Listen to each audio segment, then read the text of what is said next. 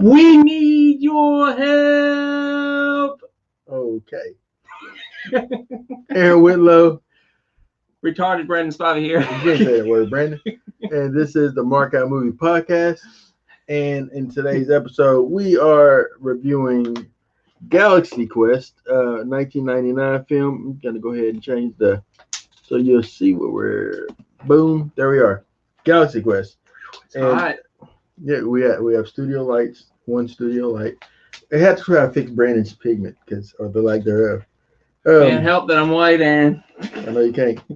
But what Brandon tried to do at the beginning was the Thermian voice, Yahweh, that he talks Balthazar. He just wants to try to get Tim Allen to help him on the spaceship. He cannot do it. Clearly, he cannot do it. But it was funny to see him trying. He's an actor, man. He's an actor. All right, so 10 years ago, I was an actor. Actor. You're a thespian. All right, you know what that is, right? Yes, I know what All right, that is. Just checking. All right, so let's go ahead and get into Galaxy Quest, directed by Dean Parasol, and starring Tim Allen, Sigourney Weaver, Alan Rickman, Daryl Mitchell, Tony Shalhoub, Sam Rockwell, Enrico Colantoni, and then also I want to mention Justin Long and Rainn Wilson is also in this film. The movie, the alumni cast of a space opera television series have to play their roles as the real thing when the alien race needs their help. However, don't do it, Brandon. However, they also have to defend both Earth and the alien race from a reptilian warlord. Brandon, go ahead and hit him with the numbers. If I can read today. I forgot my glasses. This is going to be interesting, man. Wow. All right, you got a 7.3 out of 10 on IMDb. Got a 3.7 out of 5 on Letterboxd. 91% like it on Google, and a 90% Rotten Tomato score. It is certified fresh. Also, want to briefly say rest in power to DMX, and God be with his family, for prayers for his family and friends. I just wanted to say that real quick, but we're going to get back into the goodness of Galaxy Quest. So this movie, I remember watching it back in 99 when I was like 19, right? I guess. You were at 20. Huh? 99. I was 19 at 99. My birthday goes with the year. So you're 4 years older than me then. I'm 16. I'm way older than you. You are a young child. But anyway, not now. 4 years makes me a young child. You're a young chap. But so Galaxy Quest, man. So when I first saw this movie back in theaters. You went to theaters? Yeah, I seen it in theaters. I worked at Plaza 6 Theater over there. I remember it. The great Plaza 6. Yes. And I remember watching this, just being blown away by Tim Allen, and being blown away by Alan Rickman and everybody in this. I didn't know Tony Shalhoub at the time, but Tony was Antonio funny. from Wings. And yeah, it's true. And then Enrico in this what's his name? I think I messed his name up. The guy that plays Veronica Mars' daddy. You ever seen Veronica Mars? I have not seen Veronica. Enrico, yeah, I said it right. But yeah, so I was just blown away by these guys, and the idea that you could be an actor in a movie. So many jokes. And then become a part of this real life thing, and not really. And they think that it's real. Like this isn't the first time there's been a movie that's kind of like this. I would say the Explorers. Is that the name of the movie with? Have you ever seen that with Ethan Hawke?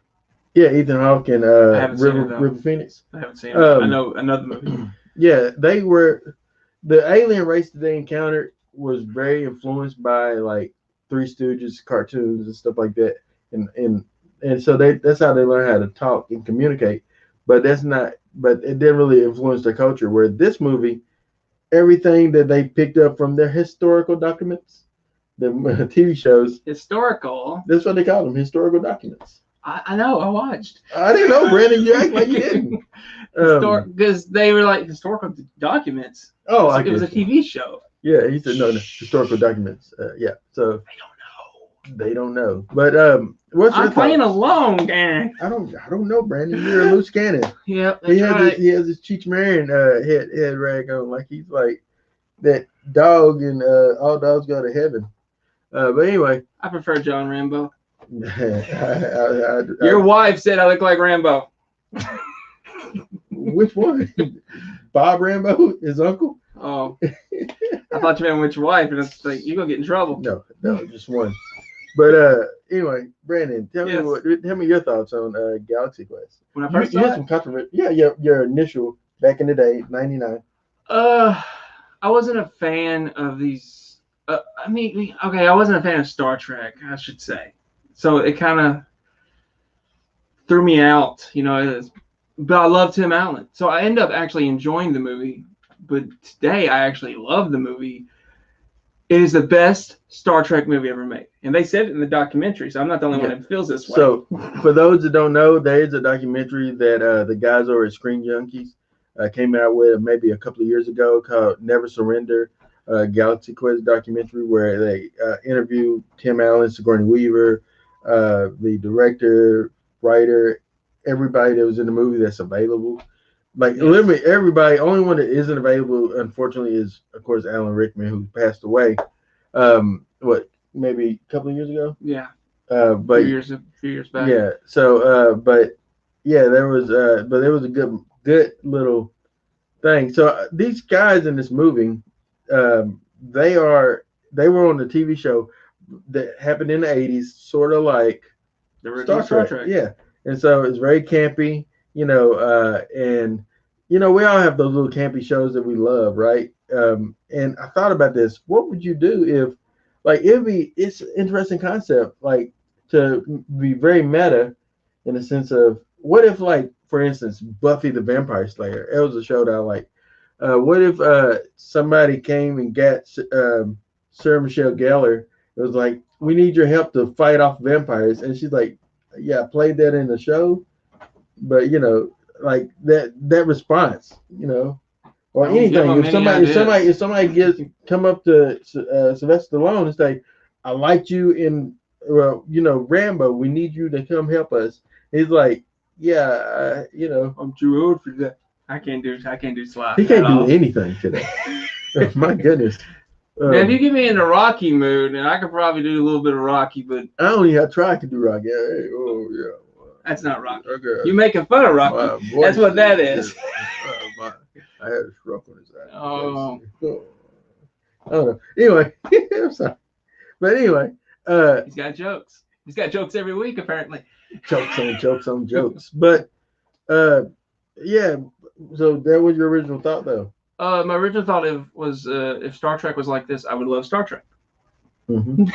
So he said he's gonna get some heat from the Star Trek guys. And I have friends that are Trekkies, and I love them. We could probably sit back because right now you're kind of, or maybe come back up. We're gonna straighten it up a little bit. Never mind, we ain't. So anyway. But yeah, I have friends that are Trekkies, and I love them. But to me, Star Trek is it's kind of boring. It is. I actually do really enjoy the new movies though, but the original stuff, I can't get through it. Do you feel the same way about Star Wars, or did you always think all of the Star Wars were good? Well, no, I didn't watch Star Wars as a kid. I didn't watch it. You're sheltered. I wasn't sheltered. I think he was Mormon or something. Or I Amish. stuck with horror mainly. Right. Yeah. Okay. But no. So for me, I remember seeing Star Trek as a kid, not watching it mainly, like just seeing some of the movies before I seen the show. But here recently, as Brandon knows, I've gone back and I started watching. It's becoming a Trekkie. Yeah, I've always, because of Star Trek: The Next Generation, I became a fan because of that show. But I'm trying to go in and look at all of them in order. And so I started with Star Trek Enterprise with my boy Scott Bakula, aka Sam Beckett, from Quantum Leap. That was my show. Any Quantum Leap fans out there? Shout me out, man. But so I started out watching Star Trek Enterprise, and it bled into Discovery, and I love Discovery. That's like my favorite Star Trek show. And then now where it ended, it's now time for me to watch Star Trek, the OG series, the original series. And so I was watching it, but I got bored with it. Oh, I ain't gonna lie to you. I watched it, and it was interesting, but after a while, I was like, okay, I get the gist of everything, and I was ready to move on to you just skipped it. So I watched, and then I watched a little bit of the animated series to kind of get a feel for that, and then now I'm ready to start watching the actual original movies in its entirety, and just try to see, from there, going up to Next Generation, and then the rest of them, Deep Space Nine and all that. But A lot of Star Trek. yeah, I'm committed to try this. But Galaxy Quest is like, and he mentioned it before. Will Wheaton says that Galaxy Quest is the best Star Trek movie besides, I guess, Wrath of Khan. I guess he was assuming he was saying Wrath of Khan is probably the best Star Trek movie. That's what everybody believes. But That has seen it. But which I'm gonna have to watch it again in its entirety. Is that Star Trek 2? Yeah. Thought so. There's one that has a whale in it. I don't know. Oh, it's got a whale. There's one with a That whale. may get me interested.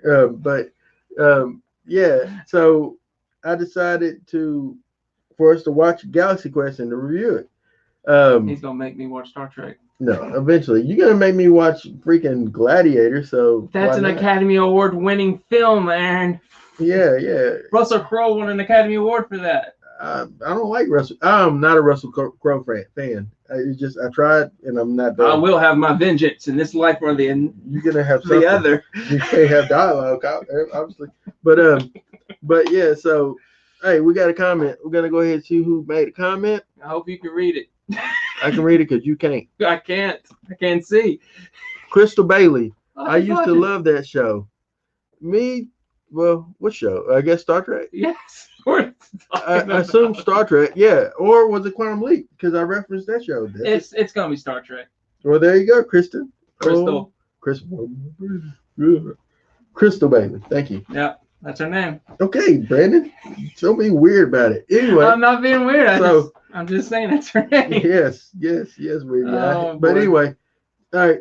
Let's talk about this. So, go ahead. When we first pick up in the movie, you see some of the episode or the final episode of Galaxy Quest that aired like in 1980, and then the MC, who is Sam Rockwell, introducing people. In the background, you see Alan Rickman as Dr. Lazarus, and Sigourney Weaver and all the other guys there. Can we talk about Sigourney real quick? Go ahead, Brandon. Yeah, I guess we're gonna have to talk about Sigourney real quick. I just gotta say this: she never looked better than she does in this movie. Don't you agree, Aaron? He's trying to catch me up. So Sigourney Weaver, who AKA is known mainly as Ripley, Ellen Ripley. And she can rip me anytime. Brandon. What is this? This is not conductive to. Oh yeah, we're just having fun. No. I don't know what no is, but you're right. No, you're right. If it's to that, no. But anyway. Okay. Go ahead. So I don't know. I lost my train of thought. You sitting here talking about she can rip you. Why would you want her to rip you? Ripley, I don't know. I understand what you're saying, but if you think about it literally, it's gonna hurt you. Brandon, there's only one thing that can be ripped for you or two. Woo! It's never, and neither one of them is precious. But anyway, unless you're into that kind of thing. Quantum Leap. See, she's talking about Quantum Leap is a good show. Yeah, absolutely, Crystal, you are right. Quantum Leap is a great show. But anyway, go ahead. So they started out in this back room, and they were like not feeling Tim Allen's character, Jason Nesmith.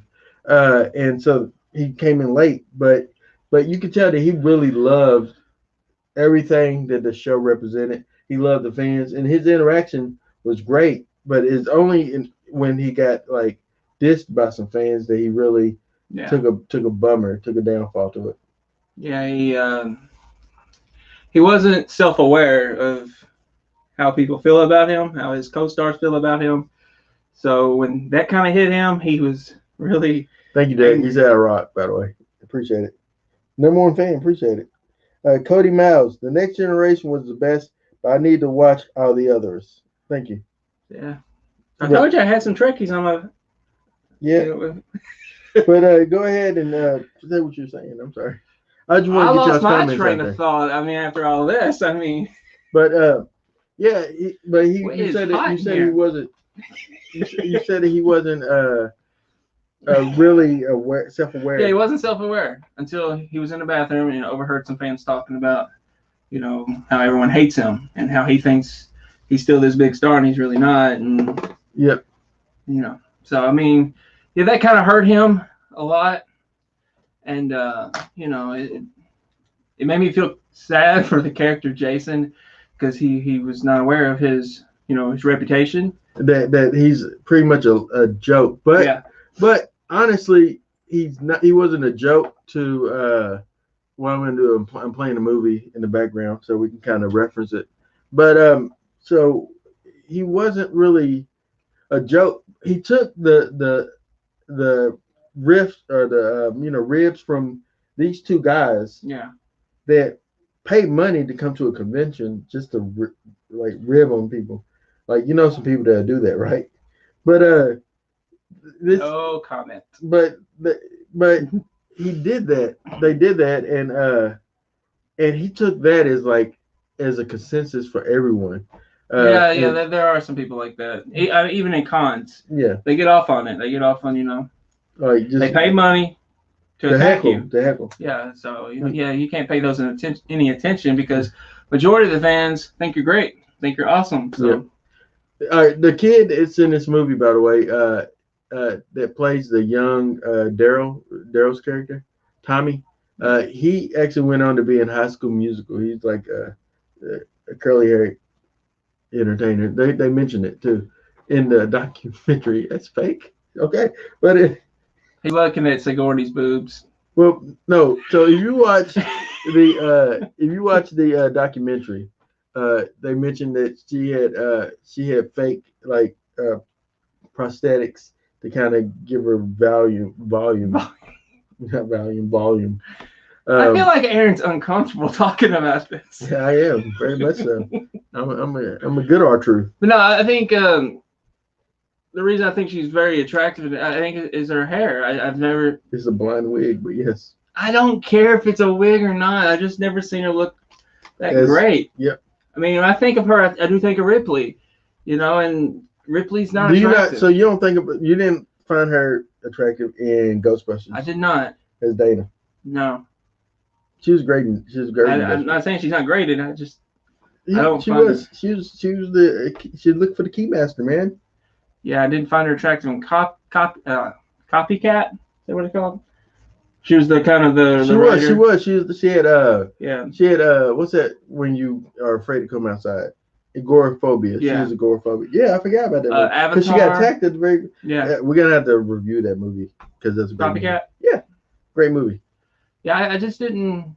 I don't know. I've never really found her attractive, but in this, I think she's gorgeous. Because she is wearing fake things, Brandon. I don't You're care. A fake person. I am not a fake person. I'm just saying she looks gorgeous in this movie. But she looked pretty good in the documentary. That wasn't fake. Oh, I just realized he told him to stretch. I never noticed that. But I love this part when we're watching the movie right now.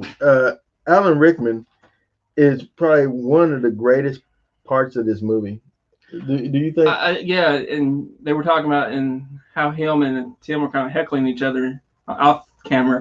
It was pretty much the same relationship on screen too. So it was great because Alan's the real actor, and Tim, he's the comedy genius, and it was just that played so well. It doesn't take it serious, and he's like, "Why am I?" Alan Rickman's like, "Why am I doing this? I could have been king." Blah blah blah. I was in I was in Hamlet, and things like that. And that's pretty much true for Alan Rickman. Even when he got the part Yeah, in Die Hard as Hans Gruber, he was a stage actor yeah. that they liked enough. They say, I think you would be good as this villain, and they hired him, and it changed his life. Of course, the young kids out there probably knows him as Snape from Harry Potter, which I've only seen like 2 or 3 Harry Potter movies, so I can't even talk about it. I'm not there I've yet. seen them all except for part three. I fell asleep during that one Of twice. course, you should. It's Harry Potter, but Hey, there's some Potter is some fans. Potter fans There's who's a some. lot of Potter fans. You just insulted. I'm sorry, Potter We're guys. on Galaxy Quest. We insult Star Trek, not Harry We ain't gonna Potter. even start because this movie doesn't really, and that's the thing. This movie doesn't insult No, Star it Trek. doesn't. It It doesn't. pays homage to Star Trek When I first saw in it, a loving way. I actually thought it was making fun of Star Trek. Yeah, well, When I first saw I it. can understand that, but I mean, it was kind of ribbing it a little bit to Yeah. the sense of like, you know, like, yeah, there you go, Brandon. There's your girl Well, in she's this not my movie. girl. I'm just saying I think she's really attractive in the movie. You keep going back to this. I don't But know why. but let's talk about some more people that's in this movie. What were your thoughts on Tony Shalhoub in this film? Tony's great. He's always great though. He's another comedic genius. I mean, he can do absolutely nothing, which he does Like in this. underrated. Underrated too. Yeah. Yes, you're absolutely right, Aaron. I agree with you 100%. I actually do agree with him. But he is. I'm just really trying to sell that I agree with him, but I really do agree with him. Yeah, Tony's. The only thing I can honestly say Tony's not good in, from me, my perspective, is 13 Ghosts, which I think me and him disagreed on. But no, I don't like 13 Ghosts. I thought you loved it. No, I thought you loved that movie. I absolutely didn't like. Like what I don't like about 13 Ghosts is Raw Digger in this movie. I don't like Raw Digger. I think that she's a waste of a character in this movie. All right, so we're gonna talk a little bit about 13 Ghosts. I just don't like. I like the idea of Dark Castle and what they were doing at the time, and I loved House on Haunted Hill. I thought that was great. I think Jeffrey Rush was terrific as like He a was. Vincent Price type of character. Yeah, Uh, Jeffrey's another stage actor. Tay Diggs was great. I think, and then Ali Larder, she was in it. Yeah. Ali Larder, was it Ali Larder? Yeah, Famke Janssen's also in Yeah. Was he? She, She? Who was she? the wife. Oh, she wasn't she? I hadn't seen it so long. But She was yeah, having an affair with the guy that I always confused as the guy from Fright Night, but Peter Gallagher, who's not in Fright Night. But I always got those two actors. she loved that movie. I assume Crystal was referring to House on High Hill or 13 Ghosts, one of them. But because we talk about a lot of movies at one point, so we don't know which one you're referring to. But yeah, no. My point was Tony Shalhoub. I like him as Monk, and I like because it shows some of his comedic elements. It's just that with 13 Ghosts, I didn't like him in that movie. But in this movie, he doesn't really. Is that kid a famous actor too? One day, but he looks familiar. But he doesn't. Tony Shalhoub in this movie doesn't really have a lot of parts, like as far as like speaking parts, but it's all his facial expressions, facial acting. Yeah, and he's so good. Yeah, I agree. Yeah, I mean, I really do. All right, no, I mean, I really do. I think he's good in this movie for the limited stuff he has to do. She's referring to she likes 13 Ghosts. Okay. God bless you. Yeah, you are the only fan. No, there's a lot of people like that movie. There is a lot of people that love 13 Ghosts, but it's just I'm not one of them. Best part to me in that movie is Matthew Lillard. Yeah, absolutely. I agree with that. I would agree with that wholeheartedly. But yeah, I think Tony Shalhoub. My favorite part in this movie with Tony is when they were going to the planet to kind of get another one of those spheres. Beryllium spheres or something like that. See, there's Rainn Wilson. See him in the back? Oh, yeah, I see him now. You can't miss the forehead, man. That's Rainn Wilson all day long. The guy has a big forehead, but we love him as Dwight Schrute. But anyway, now you cannot unsee him, right? But when they was going to get the beryllium sphere, Spear. Did I say right? Spear. Mm-hmm. But anyway, they're going to get it, and it's a bumpy ride, and everybody's kind of panicking. And Tony Shalhoub is sitting there just eating popcorn, just like this is so much fun. I love it. I love it. It's just like little parts in this movie that just warms my heart. I'm glad it warms you up. Does it not warm you, Brandon? Tell me what you think. No, I mean it like I was laughing throughout the whole movie. I mean, What parts made you laugh? Like what you said you laughed a lot at Enrico. Oh yeah, every time he's Balthazar. like, we need you. I can't do it. We need Go your ahead. help. We are from Thermia. Yeah, that every time he speaks, I die laughing. His little laugh. Yeah. Here's the part where they're about to tell Tim Allen he's a joke. Yeah. Which, you know. Yeah, so there's these two guys that come into the. I mean, they're not even fans. Yeah. You can tell they're not fans at all. So. Yeah. But I love the universe that they built within the show Galaxy Quest. Like they even have you can see at the conventions people dressed like what you would think would be Klingons, but they're not Klingons. Yeah. But it's Galaxy Quest's version of what would be a Klingon, and there's like their version of Andorians and other species that's in Star Trek. I just love that. I love that this movie does it, and I love that they designed the ship, the real ship, the Thermians designed the real ship based on the show. On the show. Yeah. But to the point where the computer doesn't listen to no one but Sigourney Weaver. It doesn't listen to anybody can say computer, and the computer would not respond. It will only respond to Sigourney's voice. What do you think about that? I think it's accurate. I mean, it's from the show. I mean, she was the only one that spoke. I don't know. Brandon's being a hammy today, but all right. But yeah, I don't know what to do with this guy over here. But anyway, he never knows what to do with me. So, who are you doing this for, Brandon? I'm not doing it for anyone. Let's talk about that. I'm not. Let's dish a little. No, I'm just playing. No, we already had that episode. All right. All right. Yeah.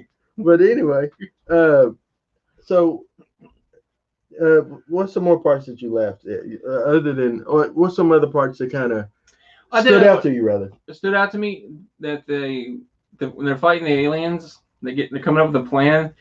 Tim Allen always goes back to previous episodes to fight this current alien, and I thought I haven't seen Star Trek like that, but I feel like that was another homage to Star Trek or something. Was it? Yeah, I would say anything because they lean heavily on the show as the way of getting through. And you know what? I just thinking about this, talking about this. That's very much what Scream 3 did, in a sense of it leaned on the previous Scream films, the stab films, if you will, just to kind of know where to go with the story. And in this movie, they did it because the Thermians thought that they were legit, and they're like, well, we got to beat these characters, but they're leaning on the show. They're like, well, in this episode, remember we did this, because there's a scene where him and Dr. Lazarus, Alan Rickman, he said something to him, but he got caught it. He's like, kind of like you did in that one episode. Yeah. He said, oh yeah, right, yeah, you always stealing my thunder. When they start to fight and stuff. Yeah. And it's just really good that they can kind of pick up on the cues from, because you can tell that they've been in this universe, they've been around each other for a long period of time. Yeah, you're right. They've been around a long period of time. I don't like this guy anymore, guys. It's just, we're gonna be looking for a new host. No, it's fine. But all right, let's see. What is she saying? Brandon, a ham? No way. He is all ham. The guy, his nickname should be Porky. He's so much ham right now. Speaking of Porky, I was talking about Porky's earlier. What's it got to do with this movie? Go ahead. Well, you just said Porky. It's not. Okay, go ahead, Brandon. We should review Porky sometime. A double feature versus mode. Porky's versus Meatballs. No, it'd be more apt to do Porky's versus American Pie, since American Pie is I essentially was thinking fortress. 80s though. Meatballs, you talking about the original Meatball because the second Meatball has an alien in it. It has nothing to do with the original Meatball. But yeah, I actually haven't seen the second. I think I've seen the third Meatballs. Which one's Corey Feldman in? I don't remember. It's in the 80s. I don't know. Exactly. Nobody remembers. Corey Feldman remembers. Corey Feldman don't remember it. He did a lot of drugs. He probably doesn't remember his name half the time. He knows it's Corey. Yeah, He's one of the two He Corys. knows he's one of the two Corys. Sometimes he probably thinks he's him. But anyway, Ham, get it whatever. right. Ham, You got ham on your brain. shame, blame. Who cares? Who gives a dame? Anyway, A dame? that's what I did. It rhymed. It made sense. But anyway, back to. So you think Corey Feldman's a woman? Let's get back to this. So I'm just asking here. I love this part. So they're in the limo. This is another one of my favorite parts. Is when they're in the limo and Tim asks her why does she speak, and they say her voice box is not working, and so she goes to speak. There you go. Sure, that came off swell. Hopefully. On here. But yeah, it was that little voice, and that was all her. That's all the actress. She just came up with that voice. It wasn't like a voice track or anything. So that's and everybody. That's one question. Yeah. You think that's talent? It is talent. I think that it's talent because think about it. These people in this movie, even Enrico's voice as Balthazar. I want to say Balthazar. I forget if it's M or B, but even his way of speaking, that little heady thing, he came up with that. It was all him. The walk, the guy named Patrick, the other Thermian, he came up with that. Just everything that they came up with. That's talent. Plus you have people that came up with their own little things like Sam Rockwell in this movie. Yeah. He said, "No, that's not right." It was his line. It wasn't something that the director, the writer. Could you repeat what you said? No. Thank you, Siri. No. Anyway, but I need a drink. You need something. But anyway, we're losing. Let's talk about this movie. All right. Go ahead. There's some things in this movie that I want to mention that I really like. I'm trying to think. Brandon threw me off now. He blames me. Yeah. I do like that this movie is a feel-good movie. Yes. And I love that you can tell that everybody had fun on the set making this movie. And I think that it's crazy. Even though it wasn't a flop. It didn't do as well as they wanted it to do. But I love that since that point, it has grown into its own fandom where people literally go to conventions dressed like Thermians. And this has its own, like it could literally be its own show. I know somebody was telling you that and they were going to make a show, but Alan Rickman was signed on to do it as well, but he passed away. He had pancreatic cancer and didn't really let a lot of people know that he did, but he passed away. But it would be like, it'd be I think it'd be poor taste now to do it without, because part of the show is him getting mad every time somebody says my grandfather's hammer, and him like jerking it from people but then when he gives the line, talk about that. I mean, he gets a great response, and he actually does feel good about the line, even though he hates. He's known for it. Like he's like one of those guys. Like I don't know, maybe who would you say would come to mind that's known for something he really doesn't want to be known for, especially back in the day. Like all right, so for instance, I would say a good example of that is I would say Mark Paul Gosselaar for Zach Morris. He hated. He hated that character. Yeah. Now he embraces it, but at a time he really hated it. Or you think about somebody that had a one hit, but like for instance, I forget his name now, but he has a song called "Never Trust Robots," or it's called "We're in Business." But even when he came here and did a concert, people kept saying, "Play the robot song." He's like, "I just did it." We got other songs like, "We'll play the robot song. We don't want your other songs." But yeah, that's hurtful. Yeah. The guy came to do a concert and he sprinkled between his concert that we're in business on, but was his hit at the time for him.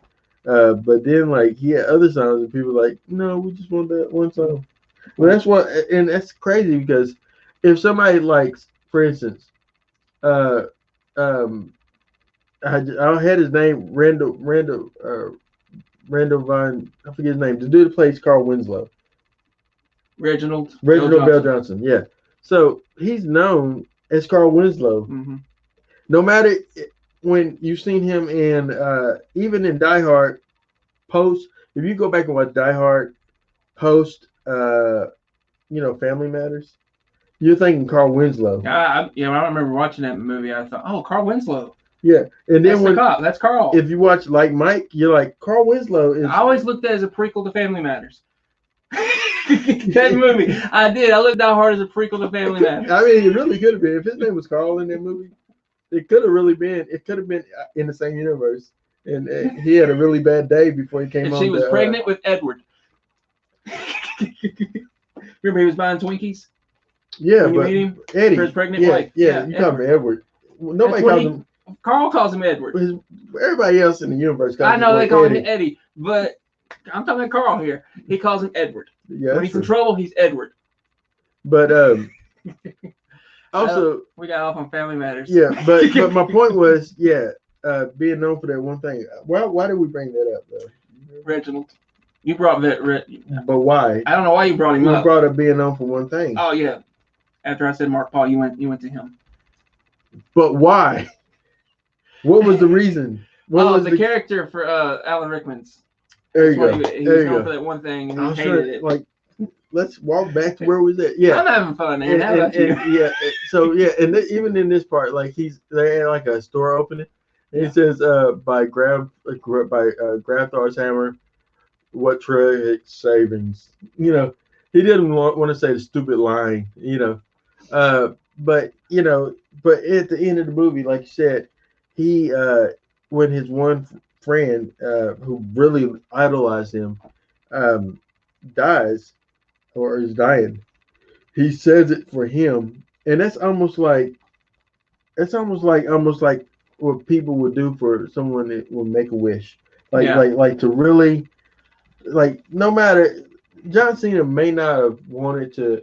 We got on John Cena. Well, real quick, he might not have wanted to do this or do all this stuff. He does it all the time, or whatever, or even if The Rock maybe saying smell the Rock's cookie, but he probably likes saying it. He probably likes saying that. But anyway, because I would go with Ralph, the crane kick. He hates doing it. Yeah. Okay. Yeah. So he'll do it for that kind of purpose. Yeah. But yeah, exactly.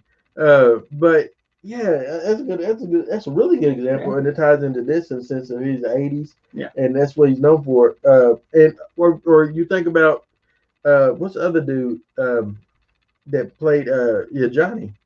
Yeah. What's his name? William Zabka. My gosh. Brandon, catch up with the words. I figured you know this stuff. I mean, you're all about. I'm asking you questions. But so I took a pain pill before we came on. You took something. My gosh. My back's been killing me here lately, man. Yeah, so you killing this podcast today. Yeah, we're having fun. We got people watching. We have one person watching. There's more on your Facebook watching. I guarantee it. Well, I'm gonna go to them real quick, but did you think that these guys? I'm talking in relation to Jason Nesmith and Sigourney Weaver's character in this movie, in this universe. Do you feel like they at one point had a relationship in the show, but it fizzled because of just his ego and stuff? I honestly thought it was forced. I didn't believe they actually had a relationship. I thought, okay, here's what I thought. I thought they had a good friendship, not an actual relationship. But then you find out they had these feelings towards the end of the movie, and I'm like, I don't know. That felt forced to me. I didn't really buy into it. Mm-hmm. I felt they were close, no doubt, but I didn't feel like it was like a physical thing. Yeah, I understand that. I'm trying to see if we have any more comments. As of right now, we don't. But yeah, if you do comment, please keep it coming. Keep it growing. Keep it going. But anyway, but yeah, this is my takeaway from them. I felt like they look at him smiling back there. But this is when they thought that Jason was offering them a gig, and so they turned him down at first. But then like, well, he's not gonna offer too often, so let's go ahead and take it. Yeah. And then like they realize there's pods under them, and they're about to go off into space. Um, and Guy, who was Sam Rockwell, he's like just joining in. He's like, yeah, let me. Yeah, because he was on one episode and he thinks he's part of the team. So he's in one episode where he was essentially. I love how they make a reference to this. He was crewman number 3 or something. He was like essentially a red shirter. For those that don't watch Star Trek, let me explain red shirts. I'm listening. Red shirts. All right. So really, you'll see this mainly in like the original series. If somebody ever comes, if Spock, Kirk, and McCoy come down to an Earth, to a planet, right? And you got 2 other unknown people wearing red shirts, they're gonna die. The red shirts, because you can't kill Spock. Yeah, I assume that's what you can't kill Shatner. Yeah. Because he kept on saying he was going to die. Yeah. As soon as they got there, yeah. Because he realized he's like, oh, I'm just dispensable character. I'm the red shirt. Essentially, he says I'm crewman number 2. I don't have a last name. yeah. He says you have a last name. So what is it? What is it? They're like, we don't know, but you have one. But it's true. Like in the show, in Star Trek, whenever these crewmen or these ensigns or whatever, they go down to the planet with Spock or anybody, they might have a name like Carl, just one name, or Bob or whatever, but they don't give, or they might just say ensign, but they don't have really a name because they're gonna die. Yeah, like I understand. Yeah, as a screenwriter, I do get it. I have plenty of people I didn't give last names to because they just died. I wrote a lot of horror screenplays, so I get it. It fits. We're going weird, Brandon. We're going weird. Hey, you wanted me, you got me. But do I? But yeah. So listen. So all right. I guess it's time to go ahead and ring this. All right. So this episode, it's moving. I'm going to talk about how much I like this movie. Tell us what it means to you. Honestly, it means a lot. Just like this is one of my favorite. And I thought about it just watching it again. And it's, I was like, man, I get a feeling watching this movie like the same feeling I get watching Back to the Future. Oh, I was going to go Spaceballs. No, but Spaceballs, yeah, it's one of those. It's one of those movies where that it would be in my top 20 list of my favorite movies. Tiff says it's in her top 10. And I said, is it really? Because before I watched it again, this lady said, don't you start. But yeah, I have to say, if it is in your top 10 movies of all time, I get it. Yeah. I do. I really do get it. This is a movie that nobody really expected for much to happen, man. But it had, like, they mentioned it in the documentary, which is on Prime. If you have Amazon Prime, you should watch it. And it's really good. It's good seeing Tim Allen. Good seeing these guys. It's always good to see Tim. Tim. I want to meet Tim Allen. He just seems like such a lovable guy, and just a guy that doesn't take himself too seriously, and that would be willing to just talk to me. Like, so there's only a few people in Hollywood I feel like has that type of presence about them. That some people you come across you're like, yeah, I don't think that they really want to conversate with you. But Tim Allen, Nick Cage is one. Tom Cruise, not Tom Cruise. I'm sorry. Tom Cruise takes himself way too seriously. Tom Hanks. I meant Tom Hanks. Nick Cage. So you say Nick Cage? He's one of those that. Yeah, he's weird. Like, he will not talk to you. Okay. Well, I'm talking about people that will talk to you. I was saying, that's why I said Tom Hanks and I was saying Sandler, big one. Adam Sandler. As a what? Doesn't take himself too seriously. That will talk to people? Yes. Okay, I'm trying to see where you're at. I have NVLD, so I'm not picking up what he's saying sometimes. I'm trying to catch it. But all right, so anyway, I just think that just this movie worked in so many ways. Like they captured the right amount of people. They had the right actors in the right roles. Daryl Mitchell, who before this was primarily known as Chill in House Party, uh, who went on to be in like Country Bears, which nobody wants to talk about that. But he ended up getting in a motorcycle accident and he's now paralyzed. But but he's still acting. He's like on Fear the Walking Dead. Um, and yeah, it just but he's just like he's perfect in his role as Tommy, and Sigourney was perfect in his role, and they didn't want to give it to Sigourney, and that's one thing I want to bring up real quick. They didn't want to give the role to Sigourney Weaver because she did Alien, and they didn't want anyone that had any type of background in in sci-fi. They wanted fresh faces essentially. But let me tell you a little bit about these notes I got. First of all, DreamWorks is owned by Steven Spielberg. Brandon and I talked about this. It's a Spielberg company. Uh, the makeup, the creatures effects in this, plus the makeup effects, was done by Stan Winston's studio. Stan Winston is He's a legend. a legend. I think he's gone now. I think we lost him several years ago. Um, the visuals was done by Industrial Light and Magic, which is owned by who? Go ahead. No, I'm asking you. These are your notes. But you should know this. Industrial Light and Magic. Who owns that? Is it Spielberg? Yes, Spielberg. I figured it was. He owns everything, Brandon. His name's everywhere. So. Costume designer in this movie also did the costume designing, not costume design, but set production designer. She also did the production designer of Star Trek, the original movie, Blade Runner, the original movie, and Back to the Future 2. She designed the production set. So what you're seeing here is her baby. She came up with everything that you see, which is pretty awesome. I mean, it's got a great production set. I mean, it looks like they're on a real spaceship. It looks like it's real space. Yep. It looks like it's Star Trek. Yeah.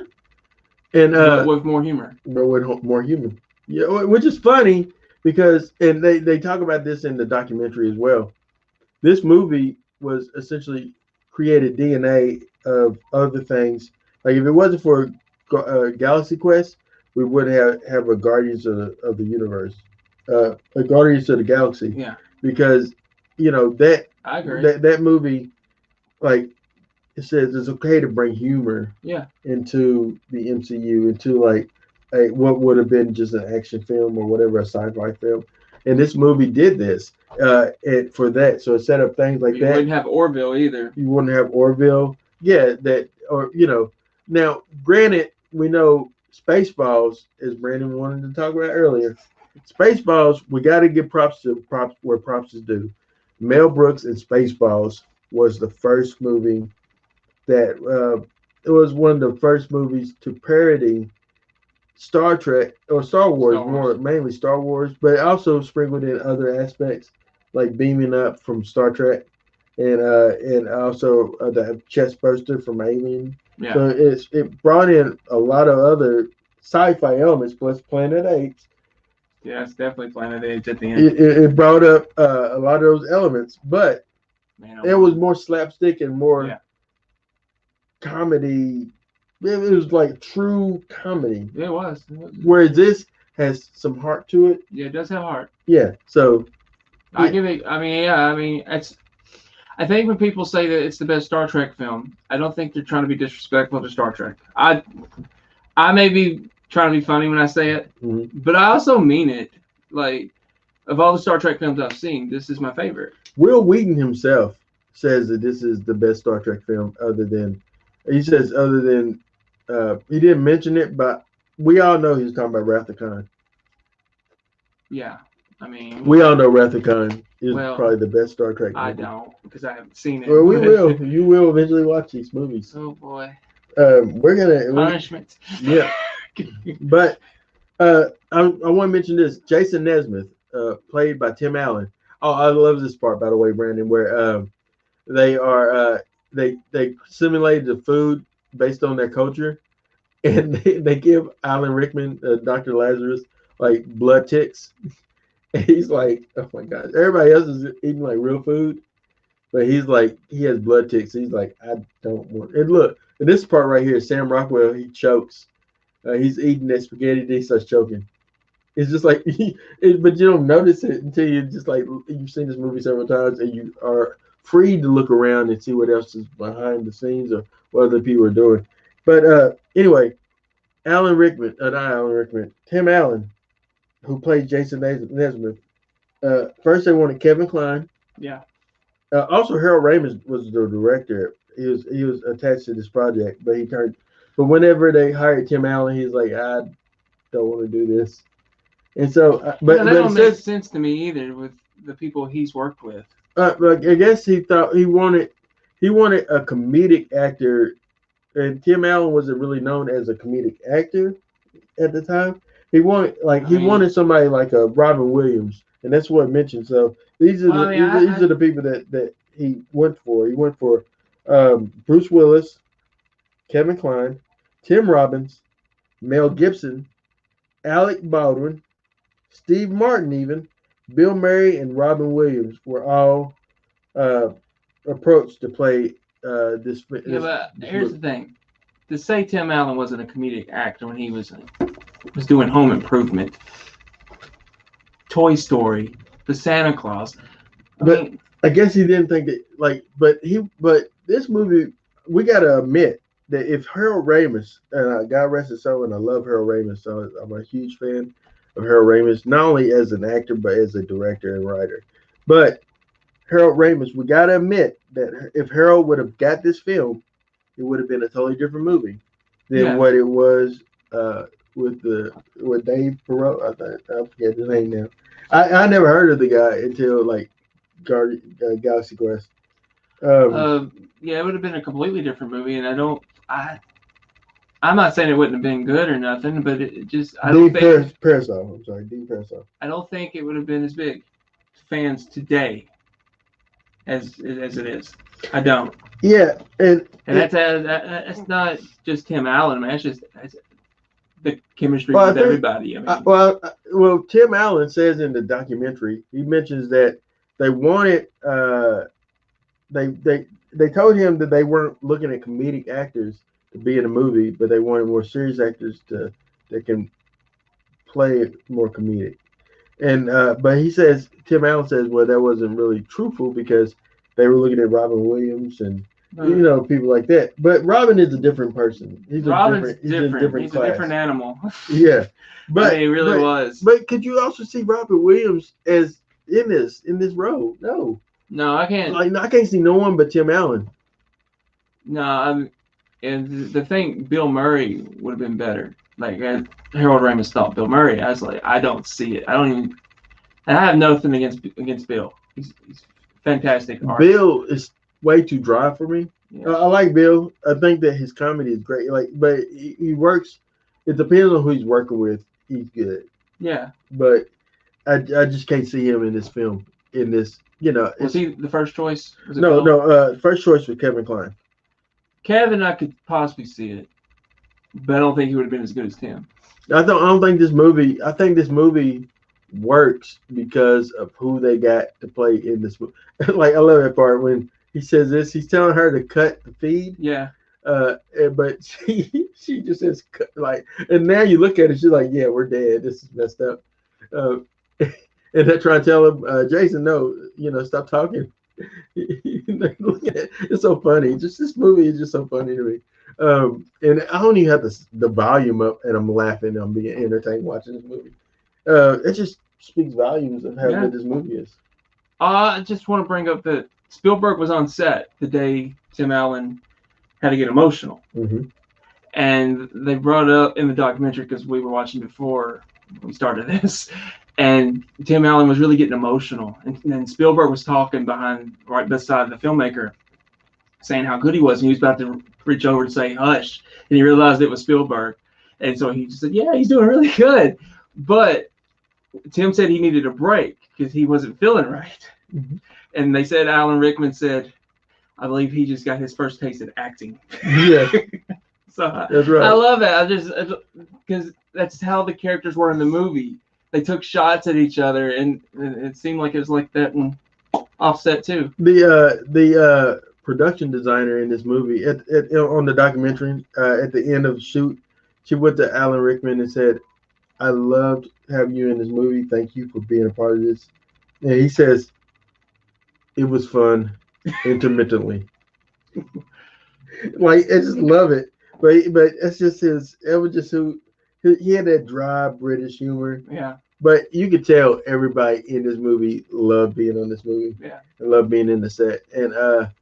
And just like look at the creature of the Saris. yeah. He is very like it looks really good, man. Stan Winston, man. Oh man, his studios, man, they're amazing. I love practical effects.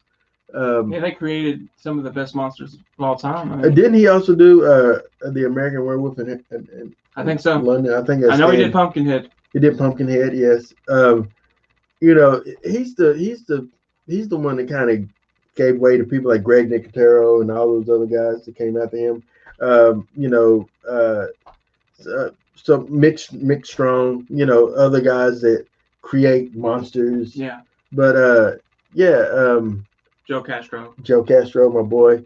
But yeah, he created like these guys are they were the influencers of these other guys, and so I love that this movie stands on its own as a great film. Like you know, but also you could literally sprinkle it right in the middle of Star Trek, and it fits as well. It does fit. Yeah, I agree. But yeah, all right, we're ready to go ahead and close it with our thoughts. We didn't, so we're changing the format. We're not really going over the whole plot of the movie and how it ends and stuff. We assume everybody that's watching this has seen this movie, so you know how it ends. No need to go over it.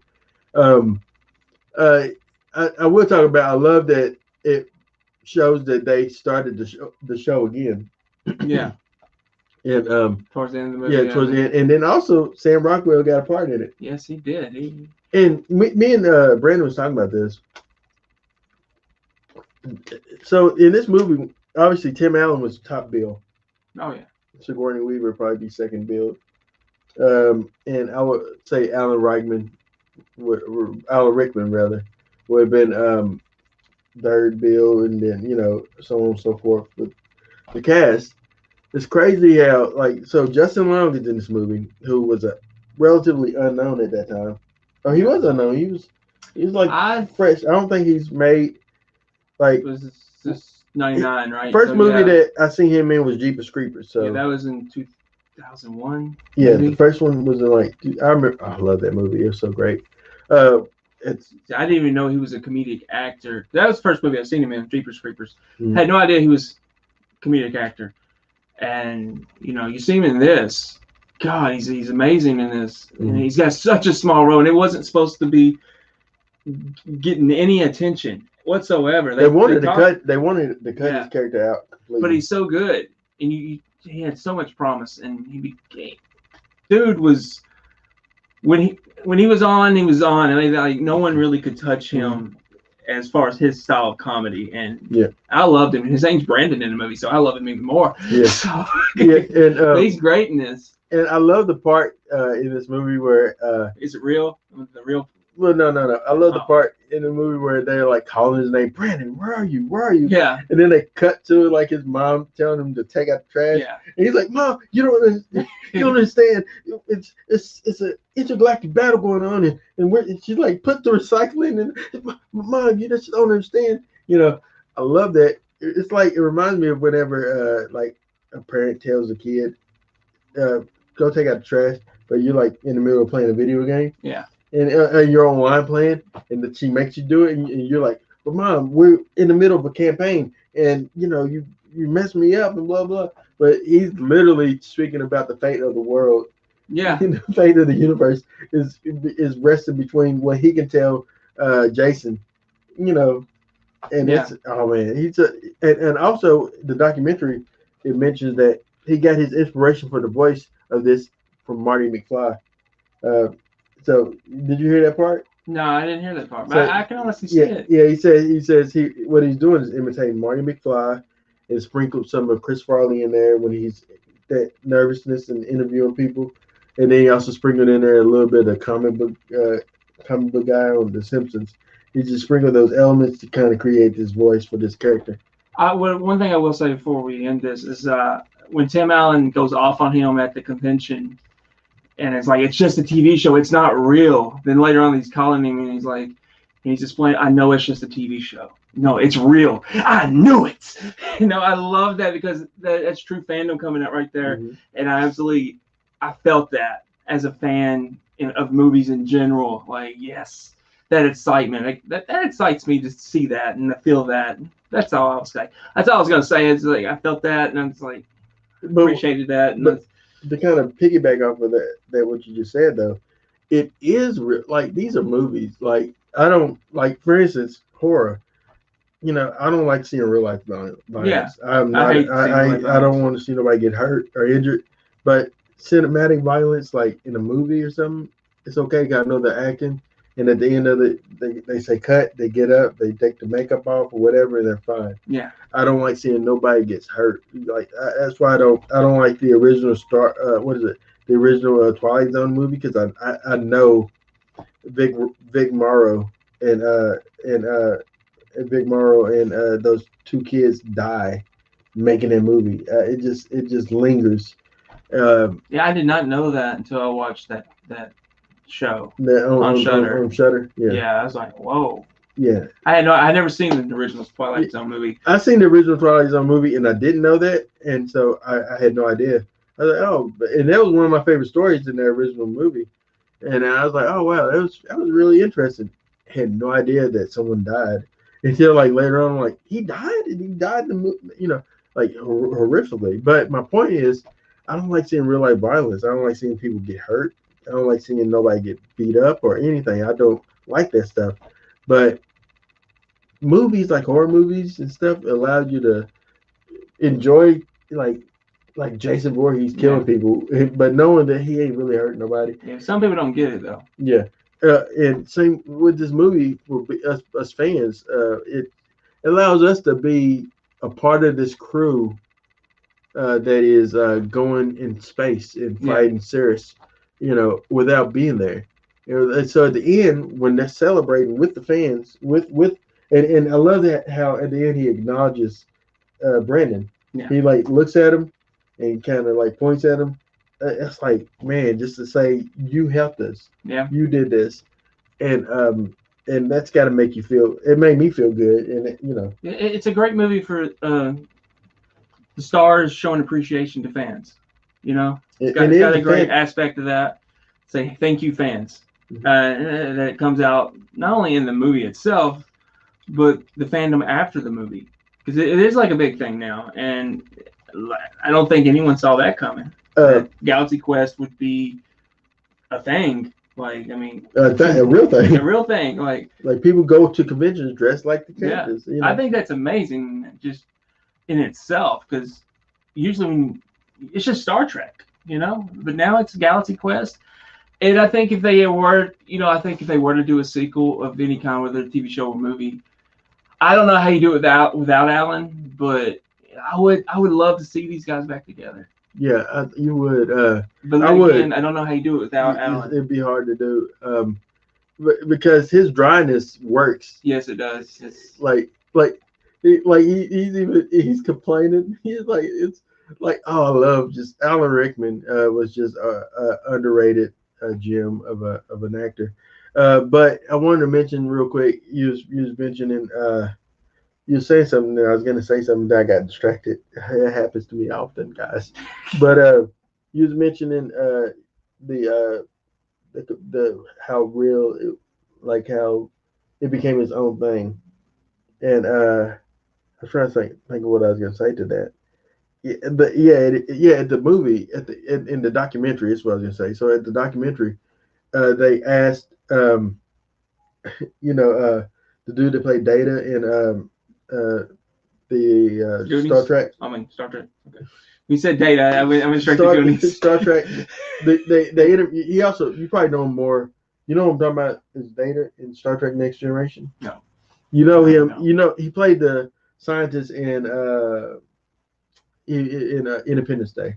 He's the one that the alien wrapped around his throat. Oh, He was him. in I know who you're talking about. The guy they were interviewing on the Yeah, documentary. he is Data in Star Trek Next Generation. Okay. That's why they interviewed him. He's in Star Trek. But anyway, I knew he was. I just, I never really watched The Next Generation. but yeah, and that's another guy that every time I see him in anything else, I'm like, hey, Data. And I love Patrick Stewart, so you would think it would go hand in hand, but I never did. But that's what I was about to mention. So in that documentary, he says that after watching Galaxy Quest, he said, "Man, why didn't we think of that?" Because after that point, Star Trek Next Generation is wrapped, and he's thinking, "Why didn't we think about this concept? It would have been big for us." Yeah, I mean, the original show could have done it. Next Generation could have done it. I mean, because those are like the main two big ones, right? Yeah, those are the main two big ones. Yeah. But yeah, and then there's they asked him, did Patrick Stewart watch it? And he says Patrick Stewart watched it and called somebody and said, listen, I loved it.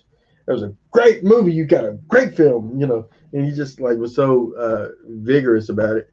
But my point was this movie, uh, everybody really, it went over well, not just with us fans, but with a lot of people, and it influenced a lot of people. It influenced Kevin Feige to go on to, and James Gunn. It influenced James Gunn. They mentioned how it influenced James Gunn with Guardians of the Galaxy.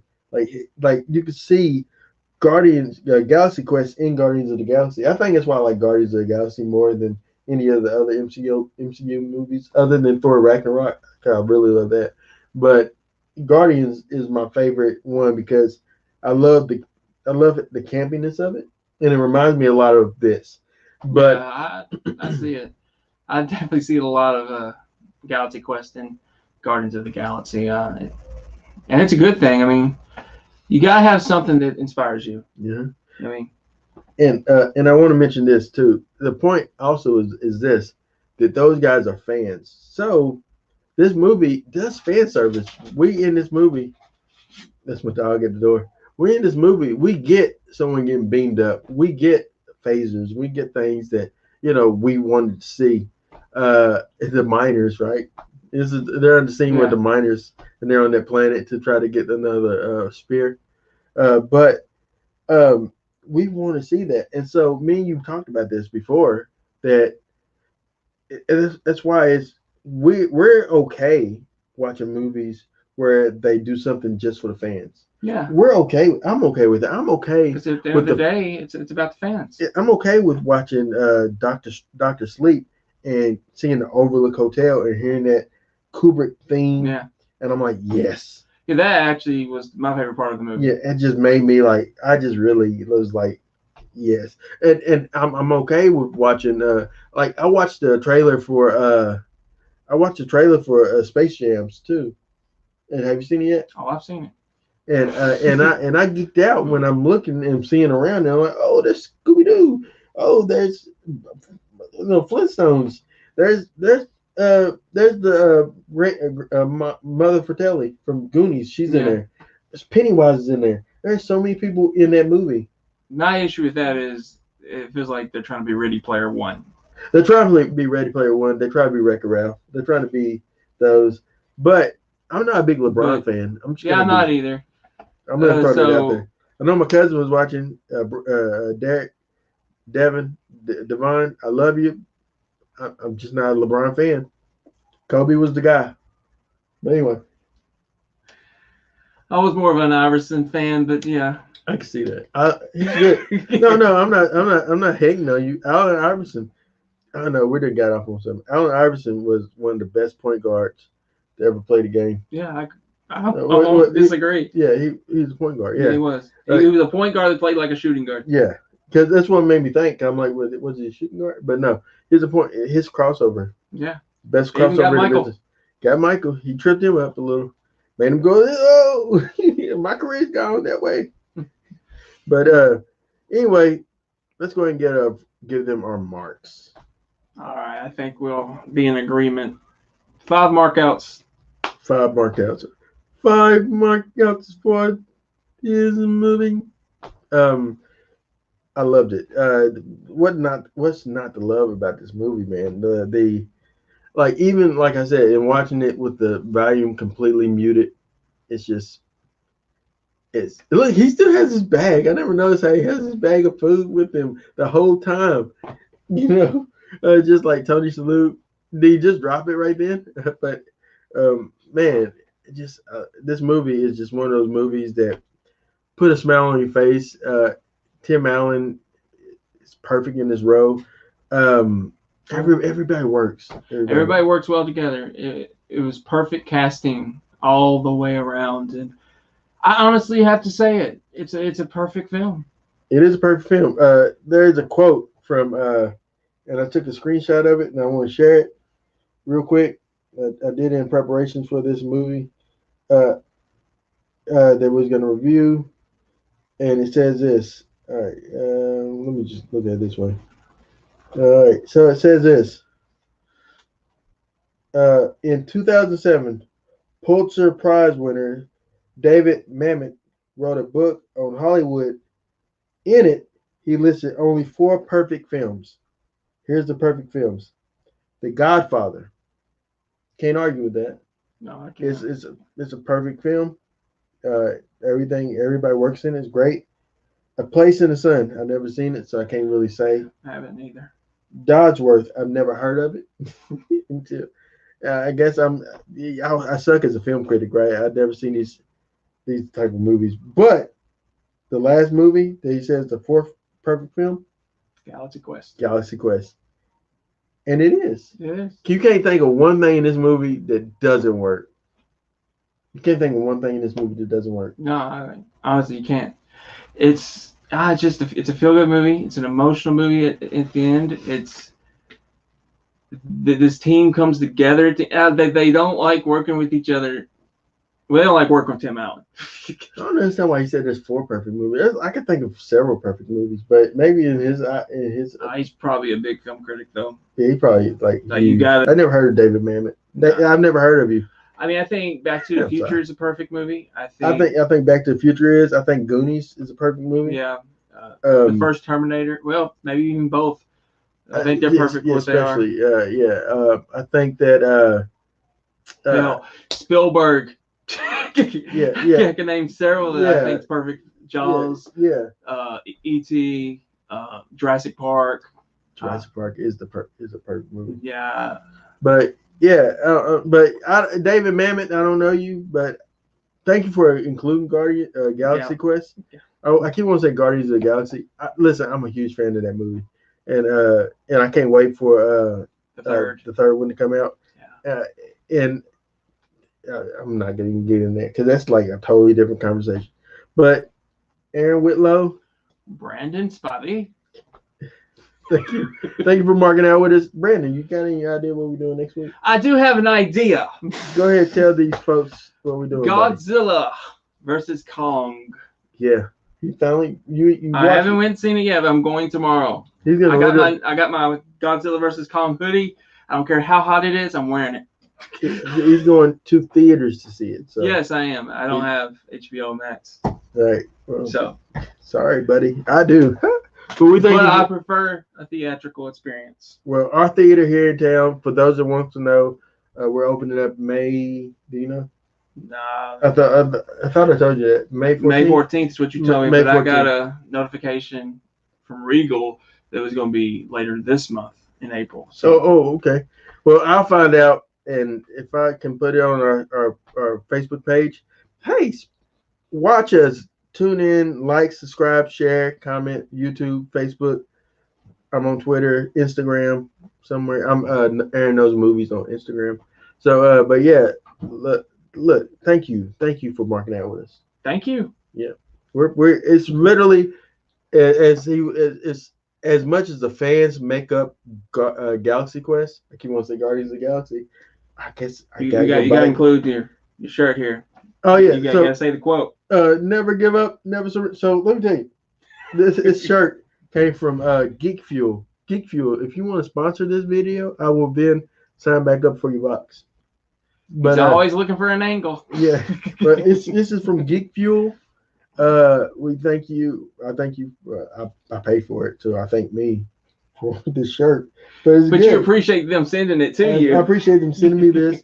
I love the shirt, and now it's like one of my favorite shirts. And I waited just to this week to wear it, just for today. I just put this on. It was a 2X. I lost, some weight, so I can now wear 2Xs. I'm so proud. And look at the mouth. Just look at it. You know what I mean? Brandon, I'm just saying. He did something. He had to do something to lose all that weight. I'm thankful that he did that. I am too. I'm thankful that I lost it. Would you do it all over again to lose the weight? Not eat. Yeah, I would do that again. Not eat. All right. Well, hey, we thank you for marking out with us on the Markout Movie Podcast. We sure do. Godzilla versus Kong. I'm Team Kong. I'm Team Kong too. I love you, Godzilla, but I'm Team Kong. I love you, God, too. But, yeah, Godzilla, yeah. But I've always been Team Kong. It is what it is. But, yeah, we thank you for marking out with us. And next week. Next week. Not yet.